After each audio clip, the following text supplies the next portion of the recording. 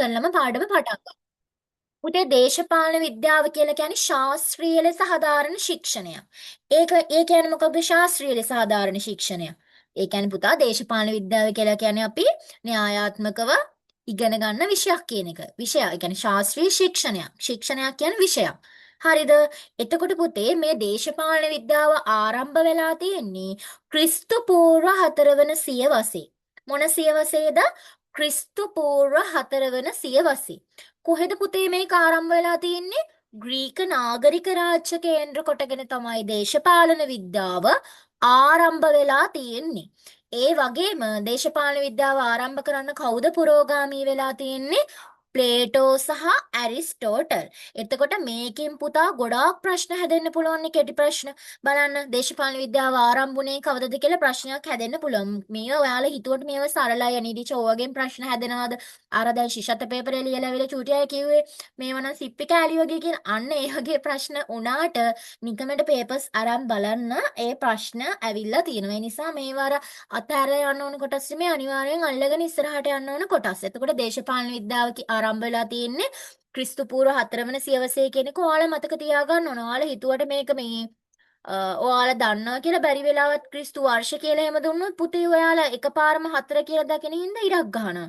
මේ කියන්නේ ඒ උත්තරේ සිලෙක්ට් කරගන්නවා. එහෙම එපා. හොඳට උත්තරේ කියවන්න. ක්‍රිස්තු පූර්ව 4 වෙනි සියවසේ කොහෙද ආරම්භ වුනේ? ග්‍රීක නාගරික රාජ්‍ය කේන්ද්‍ර කරගෙන. කවුද පුතේ පුරෝගාමී වෙලා කටයුතු කරේ? මෙන්න මේ කියන ප්ලේටෝ සහ ඇරිස්ටෝටල් කියන දෙන්න තමයි පුරෝගාමී වෙලා කටයුතු කළේ. එතකොට මේ දෙන්න පවත්වාගෙන ගියා ශාස්ත්‍රාල දෙකක්, ඇකඩමිය සහ ලයිසියම කියලා. එතකොට මෙන්න මේ වගේ ඇතුලේ කරපු කාර්යයන් ටික තමයි පුතේ මෙන්න මෙතන මේ දක්වලා තියෙන්නේ. මම ඉක්මනට කරගෙන ගියේ මේ කොටස අපි කරලා තියෙන. ඒතර මේ පුතාලා දෙන්නට මම කැමති නම් මේක මම ආවරණය කරලා දෙන්නම්. මෙතන ලොකු ගොඩක් කතා කරේ නෑ අපි. දේශපාලන විද්‍යාව කියලා කියන්නේ ශාස්ත්‍රීය ලෙස හදාරන විෂයක්. දේශපාලන විද්‍යාව ආරම්භ වෙලා තියෙන්නේ ක්‍රිස්තු පූර්ව 4 වෙනි සියවසේ. කොහෙද ආරම්භ වෙලා තියෙන්නේ? ග්‍රීක නාගරික රාජ්‍ය කේන්ද්‍ර කරගෙන. කවුද පුරෝගාමී වුණේ? ප්ලේටෝ සහ ඇරිස්ටෝටල්. මේ ප්ලේටෝ සහ ඇරිස්ටෝටල් කියන දෙන්න පුතා ශාස්ත්‍රාලයන් දෙක. ඔයාලා නිකන් හිතන්නකෝ ක්ලාස්, ඒ කියන්නේ මේ ඉන්ස්ටිටියුට් තියෙන්නේ අන්න ඒ වගේ දෙකක් කියලා හිතන්නකෝ. දැන් ඕන තරම් තියෙනනේ ලංකාව වටේම. එතකොට ග්‍රීක යුගයේ තිබ්බහම ඉගෙන දේශපාලන විද්‍යාව ඉගෙන ගන්න ආයතන දෙකක්. ශාස්ත්‍රාලයන් දෙකක්. ඒ තමයි පුතේ මේ ඇකඩමිය ලයිසියම. මොනවාද? ඇකඩමිය ලයිසියම. එතකොට පුතේ මේ දේශපාලන විද්‍යාව උගන්වන මේ ඇකඩමිය සහ ලයිසියම කියන ශාස්ත්‍රාලයන් දෙක තුල මොනවද කරලා තියෙන්නේ? ඔන්න තියෙනවා කොටස් තුනක්. දේශපාලනය හැදෑරීම, දේශපාලනය ප්‍රගුණ කිරීම, දේශපාලනය පුහුණු කිරීම. මොනවාද පුතා කරලා තියෙන්නේ? දේශපාලනය හැදෑරීම, දේශපාලනය ප්‍රගුණ කිරීම, දේශපාලනය පුහුණු කිරීම. ඔන්න ඔය කියන කොටස් ටික වෙලා තියෙනවා පුතා කොහෙද? මෙන්න මේ කියන ඇකඩමියයි ලයිසියමයි තුල. ඔය ටික මං හිතනවා තේරෙනවා කියලා. මං තව චූටි උදාහරණයක් අරන් කියලා දෙන්න. දැන් පුතේ අපි ඉස්කෝලේ හරි ටියුෂන් ක්ලාස් එකකට හරි යනවනේ.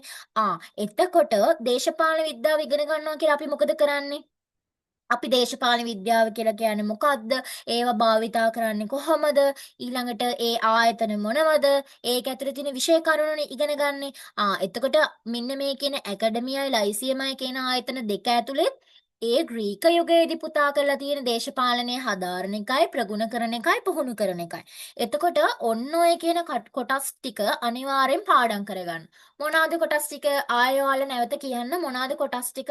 දැන් පුතේ ඔයාලා උදේ පාන්දර නිසා නිදිමතේ ඇති. ඊට පස්සේ වෙන මොනවා හරි ප්‍රශ්න ඇති. ඒව ඔක්කොම ක්ලාස් ටයිම් එකේ චුට්ටක් අමතක කරන්න. නිකන් බොරුවට පන්තියට ජොයින් වෙලා Zoom එකටත් ලොග් වෙලා මම කියන එක නිකන් අහගෙන නිකන් ඇහෙනවා කියලා කියනෝනේ. ඇහෙනවා කියලා කියන්නේ අහනවා කියලා කියන්නේ දෙකක්. ඇහෙන්න නෙමෙයි අහන්න. ඔයාලා හොඳට මං කියන වචන අහන්න.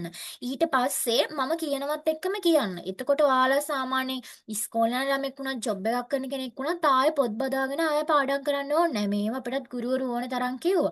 එතකොට අපි කවදාවත් ඒව කරේ නැහැ. ඔය යුනිවර්සිටි එකේ ලෙක්චරර්ස් ගියපු දවස්වල ටීචර්ස්ලා කිව්වා ලෙක්චරර්ස්ලා කිව්වා පුතේ මේවා අහගෙන ඉන්න හොඳට ඔයාලට ආයෙ පොත් බදාගෙන පාඩම් කරන්න ඕනේ නැහැ. එක්සෑම් කිට්ටුනම නැහැ. අපි මුකුත් නැහැ.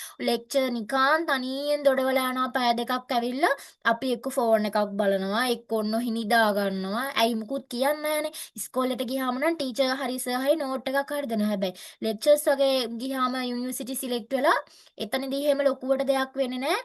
ලෙක්චර් කියන්නේ උඹලට ඕන නම් ඉගෙන ගනින් නැත්තම් නිකන් ඉඳපල්ල. උඹලා පොඩි ළමයි නෙමෙයිනේ. ඇඩ්වාන්ස් ලෙවල් පාස් වෙලා ආවා කියලා කියන්නේ ඔයාලට හොඳ මොලයක් තියෙනවා. ඒතර ඔයාලා දැනගන්න ඕන කරගන්න. මේ වෙලාවට පුතා අපිට පැය දෙකක් තිස්සේ එකේ ඉඳන් 3 වෙනකන් ලෙක්චර්ස් දෙද්දී අහගෙන ඉන්න බෑ. අමාරුයි. ඇයි නිදිමතයි බත් කාලා එතකොට තේරෙනවනේ මේ වෙලාව ටයිම් එකේ ඉන්නම බෑ. ඒතර අපි මොකද කරන්නේ? ඔහේ ඉන්නවා. හැබැයි එක්සෑම් ළඟ වෙදි තේරෙන අපරාධේ අර රෙකෝඩින් එකවත් තිබ්බනම් අහගන්න කියලා. ඒතර සමහර ළමයි ෆෝන් වල එහෙම රෙකෝඩින් දාලා තමයි නිදාගන්නේ. ඒතර එයාලගෙන් ඉල්ලන් අහගන්නවා. එහෙම කරන්න එපා පුතේ. අත්දැකීම් සහිතවනේ කියන්නේ. ක්ලාස් එකට ආවහම නිදිමතයි නම් නිදිමතයි කියලා මැසේජ් එකක් දාන්න. එතකොට අපිට පුළුවන් පොඩ්ඩක් විෂය නිර්දේශය උගන්වන එක පැත්තක තියලා පොඩි මොන හරි දෙයක් ගැන විෂය නිර්දේශයට දාලා කතාවක් හරි ප්‍රශ්න ටිකක් හරි එහෙම සාකච්ඡා කරලා ආයෙ පාඩමට එන්න. නැත්තම් ඔහේ අහන්නම් වාලේ අහගෙන ඉඳලා ඉවර වෙලා එක්සෑම් ලියන්න බෑ. මොකද මේ කියන කරුණු ආය ආය කරන්න ඔයාලට කාලයක් එන්නේ නැහනේ. ඒ කියන්නේ මම කරලා දෙයි. කරලා දෙන්නේ නැහැ කියනව නෙමෙයි. හැබැයි ඉතින් ආය ආය කරනවට වඩා අපිට පේපර්ස් කරන්නේ කාලය වටිනවනේ. ඒ හින්දා හොඳට අහගන්න. අපි දැන් කතා කරා දේශපාලන විද්‍යාව කියලා කියන්නේ ශාස්ත්‍රීය ලෙස හදාරන ශික්ෂණයක්. එතකොට මේක ආරම්භ කරන්නේ ක්‍රිස්තු පූර්ව 4 වන සියවසේ ග්‍රීක නාගරික රාජ්‍ය කේන්ද්‍ර කරගෙන. කවුද පුරෝගාමී වෙලා කටයුතු කරන්නේ? ප්ලේටෝ සහ ඇරිස්ටෝටල්. මොනවාද මේ දෙන පවත්වාගෙන ගියපු ආයතන? ඇකඩමිය සහ ලයිසියම්. ඒක ඇතුලේ මොනවාද කරේ? දේශපාලනය හැදෑරීම, ප්‍රගුණ කිරීම, පුහුණු කිරීම. ටියුට් එකේ පැත්තකින් චූටියට නෙමෙයි හොඳට පේන විදිහට ලියා ගන්න. දේශපාලන විද්‍යාව සමාජීය විද්‍යාවකි. ඕක අනිවාර්යෙන් ඔයාලගෙන් අහන්න පුළුවන්නේ. ඕක ටියුට් එකට දාලා නැහැ. මොකද ටියුට් එකට ඔක්කොම දාපුවාම ලියන්න කොටසක් නැති වෙනවා. ඔය ටියුට් එකේ පැත්තකින් හරි මේ යටින් නම් ලියන්න පව දේශපාලන විද්‍යාව යනු කියන තැන ඉස්සරහින් හරි මම කාටද අපේ මට නම අමතකයි. පොඩ්ඩක් කියන නම බලමු කවුද කියලා. නම දාගෙන ක්ලාස් එකට ලොග් වෙන්න. සැම්සුන් කියලා දාගෙන ඉන්නේ කවුද? ඉන්න චුට්ටක් මම නම මතක් කරගන්නකම්. විහඟ. නෑ සිහර. මේ ඔයා ටියුට් එක print out ගත්ත නිසා ඒකේ ලියා ගන්න. දේශපාලන විද්‍යාව අනු කියලා දාලා ඒක සමාජීය විද්‍යාවකි කියලා ලියා ගන්න. දේශපාලන විද්‍යාව කියලා කියන්නේ සමාජීය විද්‍යාවකි.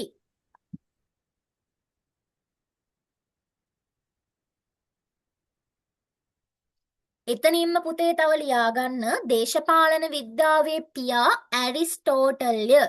දේශපාලන විද්‍යාවේ පියා ඇරිස්ටෝටල්ය.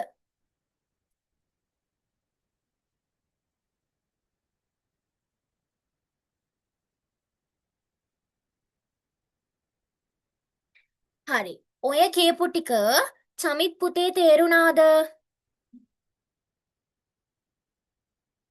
තේරුණා මිස්. මොකක් හරි තේරුම් නැති තැනක් තියෙනවා නම් අහන්න. මම ස්පීඩ් කරගෙන ගියේ ටික කරපු නිසා තේරුම් නැති තැනක් තියනවද? විහඟ පුතේ තේරුණාද නෑ ඒ මිස්. ටික? තේරුණා මිස්. හරි. නිෂූට නම් කරානේ නිසා මම ඕන්න අහන්නේ නෑ. එතකොට පුතේ දේශපාලන විද්‍යාව හැදෑරීම.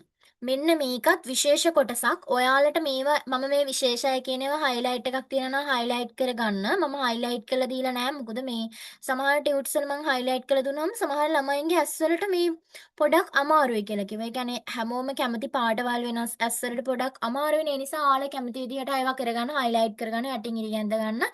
දේශපාලන විද්‍යාව හැදෑරීම කියන එකේ අර්ථ කිහිපයක් තියෙනවා.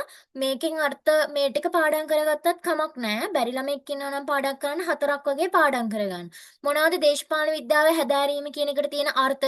දේශපාලනය සහ ඊට සම්බන්ධ පැතිකඩ ගැන ඉගෙන ගැනීම. එතකොට දේශපාලන විද්‍යාව හැදෑරීම කියලා කියන්නේ මේ අපි කරන දේශපාලන විද්‍යාව ඉගෙන ගන්නවා කියන එකනේ. ඔන්න ඔකට පුතේ අර්ථ කිහිපයක් තියෙනවා. මොනවද? දේශපාලනය හා ඊට සම්බන්ධ පැතිකඩ ගැන ඉගෙන ගැනීම. එතකොට අපි දේශපාලන විද්‍යාව ඉගෙන ගන්නවායි කියලා මොනවද පුතේ කරන්නේ?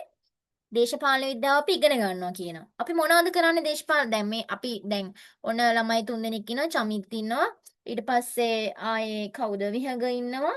ඊට පස්සේ නිෂු ඉන්නවා. දැන් අපි මේ දේශපාලන විද්‍යාව ඉගෙන ගන්න එකනේ කරන්නේ. අපි දේශපාලන විද්‍යාව ඉගෙන ගන්නවා කියලා මොනවද කරන්නේ? දේශපාලනයයි ඊට සම්බන්ධ පැතිකඩ ගැන අධ්‍යයනය කරන එකනේ. මොකද්ද දේශපාලනය කියන්නේ? දේශය පාලනය කරන්නේ කොහොමද? ඊට පස්සේ ඒ වගේ පැතිකඩ ගැන අධ්‍යයනය කරනවා. මොනවද පුතා තියෙන පැතිකඩ? දේශපාලන විද්‍යාව පැතිකඩ කියලා වෙනම කොටසක් තියෙනවා.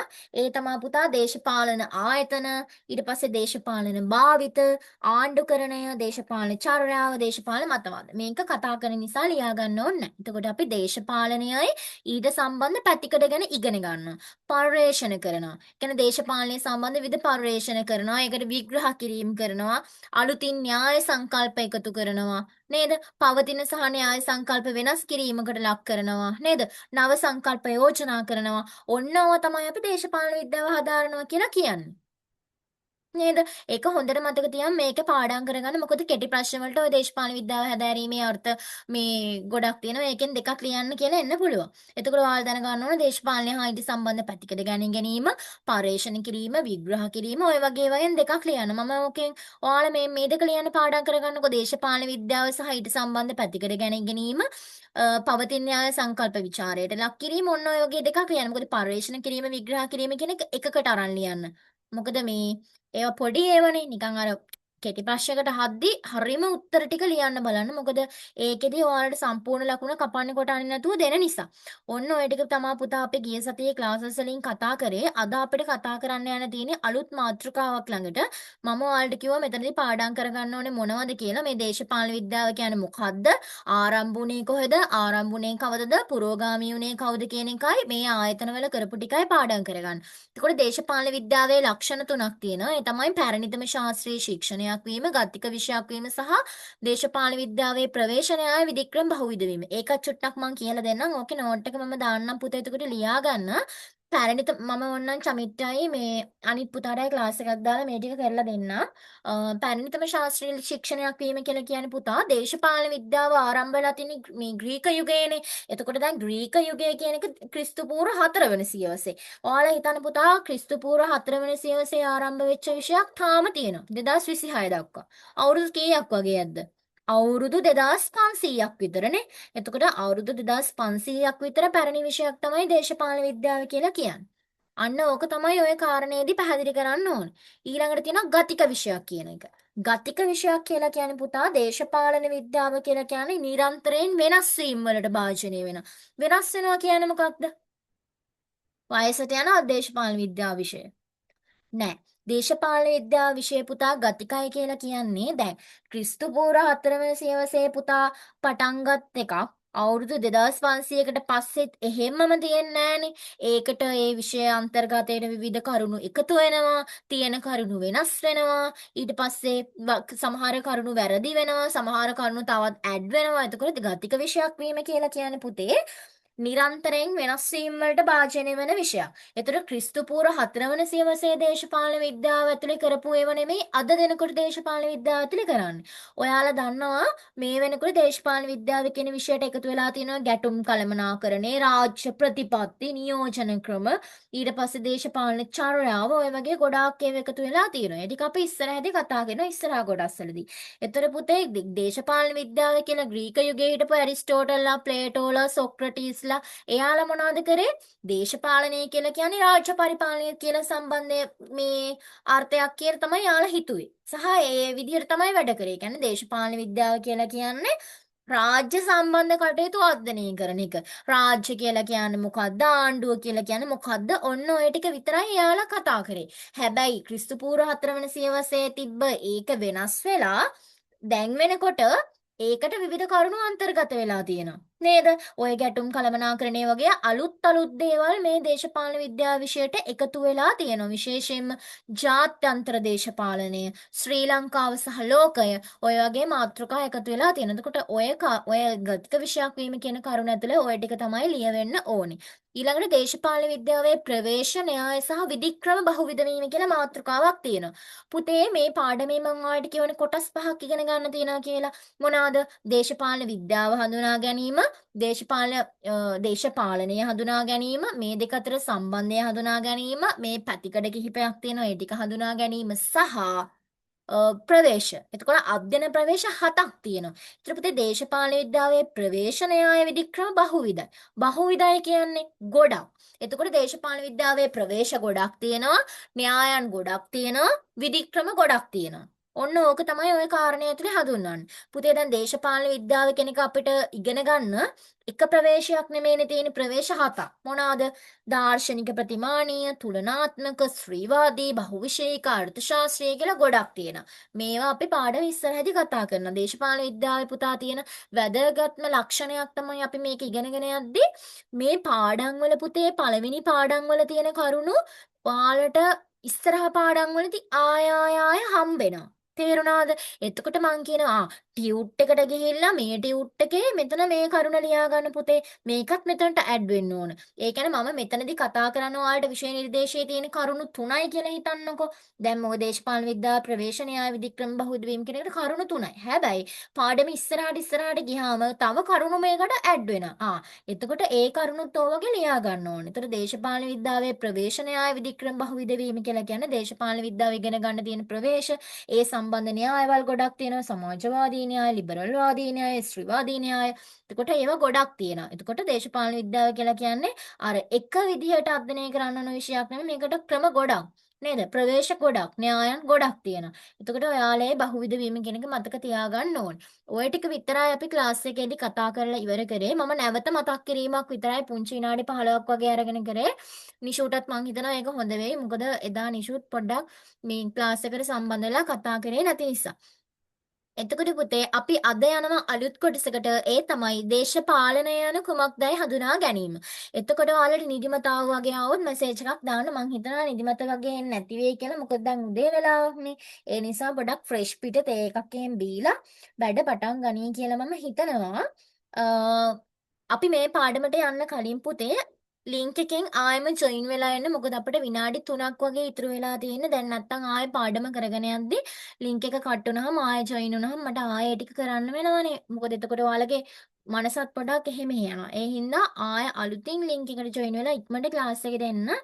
තුන්දෙනාම ක්ලාස් එකට අනිවාර්යෙන් එන්න. මම බලාගෙන ඉන්න පාඩම් පටන් ගන්නවා. ඒ හින්දා ඉක්මනින් එන්න. අපි ඉක්මනට මේ කොටස් ටික ඉවර කරගන්න ඕනේ.